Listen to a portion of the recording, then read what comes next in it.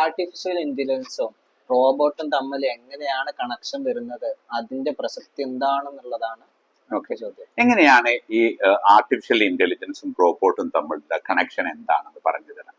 നമ്മൾ മനസ്സിലാക്കേണ്ടത് ഇന്ന് വരെ നമ്മൾ കണ്ടിട്ടുള്ള എല്ലാ ആർട്ടിഫിഷ്യൽ ഇന്റലിജൻസും മൊബൈലിലോ കമ്പ്യൂട്ടറിലോ ആണ് നമ്മൾ കണ്ടത്. ഇപ്പൊ ഇന്റർനെറ്റ് നമുക്ക് ഇത്രയധികം ഉപകാരപ്രദമായത് എന്തുകൊണ്ടാണ് എന്ന് വെച്ചാൽ ബ്രൗസറിന്റെ കണ്ടുപിടുത്തത്തോടു കൂടിയാണ്. നിങ്ങളൊന്ന് ആലോചിച്ച് നോക്കൂ, ബ്രൗസർ ഇല്ലാണ്ട് എങ്ങനെയാണ് നമ്മൾ ഇന്റർനെറ്റ് ഉപയോഗിക്കുക? സെർച്ച് ഒക്കെ ചെയ്യുന്നത് ബ്രൗസറിലൂടെയാണ്.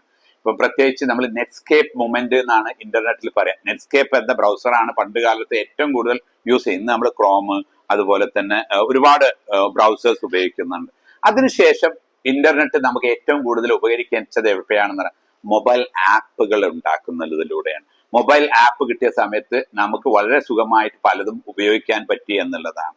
അങ്ങനെ മൊബൈൽ ആപ്പ് മൂന്നാമത്തത് വരുന്നത് ഇനിയാണ് നമ്മൾ പറയുന്ന പുതിയ 2025 മുതൽ ഏജന്റിക് AI എന്നാണ് പറയുന്നത്.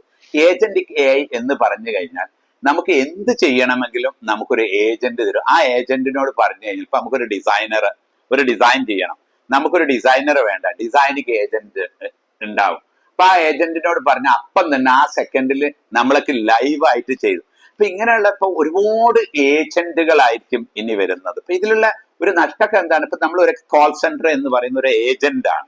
ആ ഏജന്റ്, ഈ ഏജന്റുകളൊക്കെ ഇനി എന്തായി മാറും? AI. എസ്പെഷ്യലി നമ്മൾ പേടിക്കുന്ന ഒന്നെന്താണ്, ബിസിനസ് പ്രോസസിങ് ഔട്ട്സോഴ്സിങ് എന്ന കാര്യം. ഇന്ന് ഇന്ത്യക്ക് ഏറ്റവും കൂടുതൽ പണം കിട്ടിയ ഒന്നാണ് ബിസിനസ് പ്രോസസ്, BPOകൾ. ഇപ്പൊ BPOകളെല്ലാം ഈ വർഷം മുതൽ ഇല്ലാണ്ടാകും. BPOകൾ ഇല്ലാണ്ടാവുക എന്ന് പറഞ്ഞാൽ ഇന്ത്യക്ക് ഏറ്റവും കൂടുതൽ പൈസ വരുന്നത് GCCയിൽ നിന്നാണ്. രണ്ടാം സ്ഥാനം BPO എന്നാണ്.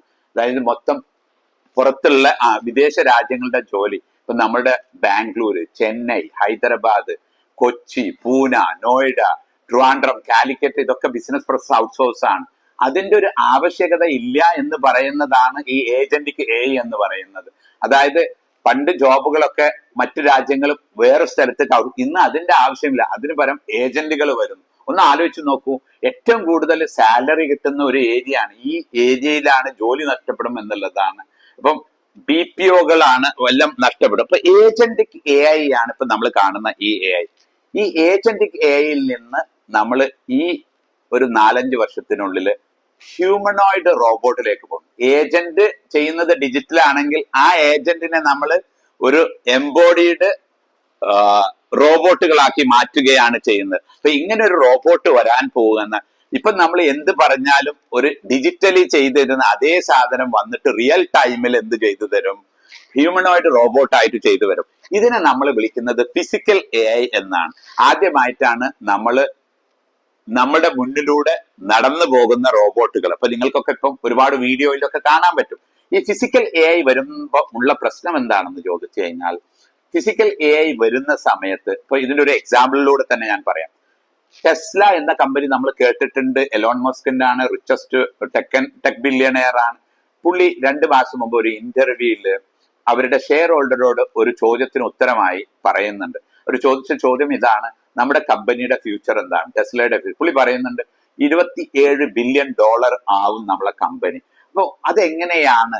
ക്യൂരിയോസിറ്റി എന്താണെന്ന് ചോദിച്ചു കഴിഞ്ഞാൽ, അമേരിക്കൻ എന്ന രാജ്യത്തിന്റെ GDP-യേക്കാൾ കൂടുതലാണ് 27 ട്രില്യൺ എന്ന് പറയുന്നത്. ഇത് എങ്ങനെയാണ് കൈവരിക്കുക എന്നതിന്റെ ഉത്തരം എലോൺ മസ്ക് നമുക്ക് പറഞ്ഞു തരുമ്പോൾ ലോകം ഷോക്കായി എന്നുള്ളതാണ്. പുള്ളി പറയുന്നത്, ഇപ്പൊ ടെസ്ല എന്ന് പറയുന്നത് കമ്പ്യൂട്ടർ ഓൺ വീൽ ആണ്. ഇതിന്റെ റോബോട്ടിന്റെ പേര് ഒപ്റ്റിമസ്. അമേരിക്കയുടെ ഏറ്റവും ഇമ്പോർട്ടന്റ് ആയ 2 റോബോട്ടുകളാണ് ഫിഗറും ഒപ്റ്റിമസും. ഒപ്റ്റിമസ് എന്ന റോബോട്ടിന്റെ കേപ്പബിലിറ്റി എലോൺ മസ്ക് 2 മാസം മുമ്പ് നമുക്ക് എക്സ്പ്ലെയിൻ ചെയ്തു തന്നത് എന്താണെന്ന് വെച്ചാൽ, അത് ലോകത്ത് എല്ലാ ഭക്ഷണങ്ങളും ഉണ്ടാക്കി തരാൻ കഴിയും. ഇവിടെ ഗേൾസിനൊക്കെ സന്തോഷിക്കാൻ പറ്റുന്ന ഒരു കാര്യം എന്താന്ന് വെച്ചാൽ, ഭാവിയിൽ ഭക്ഷണം ആരുണ്ടാക്കി കൊടുക്കണ്ട, ഗേൾസ് ഒന്നും ഉണ്ടാക്കിയത്, ആര് ഭക്ഷണം ഉണ്ടാക്കി തരും? ഏത് മെനു, ഏത് കുസൈനും ആരുണ്ടാക്കി തരും? AI ഉണ്ടാക്കി തരും. രണ്ടാമത്തെ ഒരു ഗുണം എന്താണ്? കുട്ടികളെ നോക്കും, കുട്ടികളെ പഠിപ്പിക്കും. ആർട്ടിഫിഷ്യൽ വൂമ്പ് ഉപയോഗിച്ച് കുട്ടികളെ പ്രസവിക്കും. ഓക്കെ. മാത്രവുമല്ല, മനുഷ്യൻ ചെയ്യുന്ന എല്ലാം, അത് ഗ്രോസറിയിൽ പോകും, പെറ്റിനെ നോക്കും. മനുഷ്യൻ ചെയ്യുന്ന എല്ലാം എന്തിന് ചെയ്യാൻ പറ്റും? ആർട്ടിഫിഷ്യൽ ഈ ഹ്യൂമനോയിഡ് റോബോട്ടിന് ചെയ്യാം. ഈവൻ സെക്സിൽ പോലും മനുഷ്യന്റെ കാട്ടി മുന്നിലാണ് AI എന്ന് പറയുന്നത്. കാരണം എന്താണ്? ഈ സെക്സ് എന്ന് പറയുന്നത് ഓരോ ആളുകളും ഓരോ ഫാന്റസി വേൾഡിലാണ്. സെക്സ് കെമിക്കൽ വർക്കാവും, നമ്മളെ ബ്രെയിനിന്റെ ഉള്ളിലാണ് വർക്കായത്. 4 കെമിക്കൽ.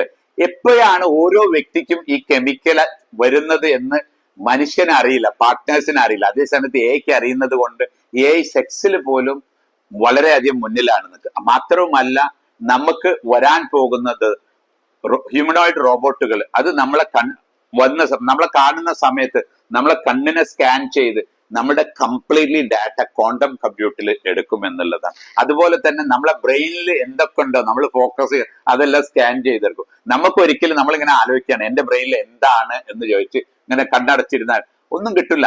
അതേസമയത്ത് നമ്മളൊരു ഒബ്ജക്റ്റിലേക്ക് നോക്കുന്ന സമയത്ത് അതൊരു ഗ്ലാസ് ആണെങ്കിൽ ആ ഗ്ലാസ്സിലേക്ക് തട്ടി റിഫ്ലക്ഷൻ വന്ന് എന്റെ ബ്രെയിനിലേക്ക് വരുന്ന സമയത്താണ് അത് നമ്മളെ ബ്രെയിൻ ഇത് എന്റെ ബ്രെയിനിലുണ്ട്, എന്റെ മെമ്മറിയിൽ ഉണ്ട് എന്ന് മനസ്സിലാകും. അത് AI അതിന്റെ ആവശ്യമില്ല, സ്കാൻ ചെയ്ത് കംപ്ലീറ്റ്. ഈവൻ നമ്മളെ സ്വപ്നത്തെ പിറ്റേ ദിവസം നമുക്ക് പറഞ്ഞു തരും, ഇന്നതല്ലേ സ്വപ്നം കണ്ടത് എന്ന് പറഞ്ഞു തരും എന്നാണ് പ്രഡിക്ഷനിൽ കാണുന്നത്.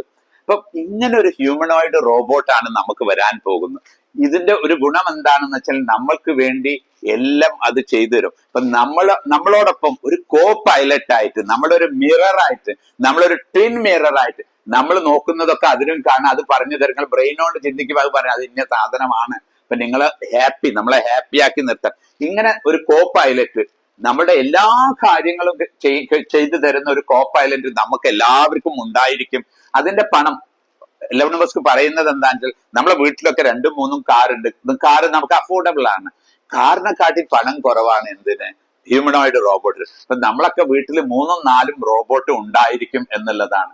അപ്പൊ മനുഷ്യരുടെ എണ്ണത്തെക്കാൾ കൂടുതൽ എന്തുണ്ടായിരിക്കും? റോബോട്ടുകൾ ഉണ്ടായിരിക്കും.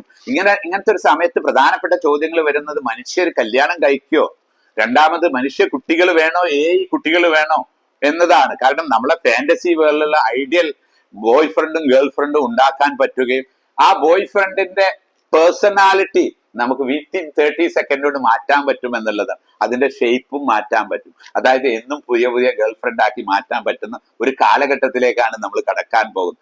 ഈ കാലഘട്ടം വരുമ്പോൾ മതങ്ങളും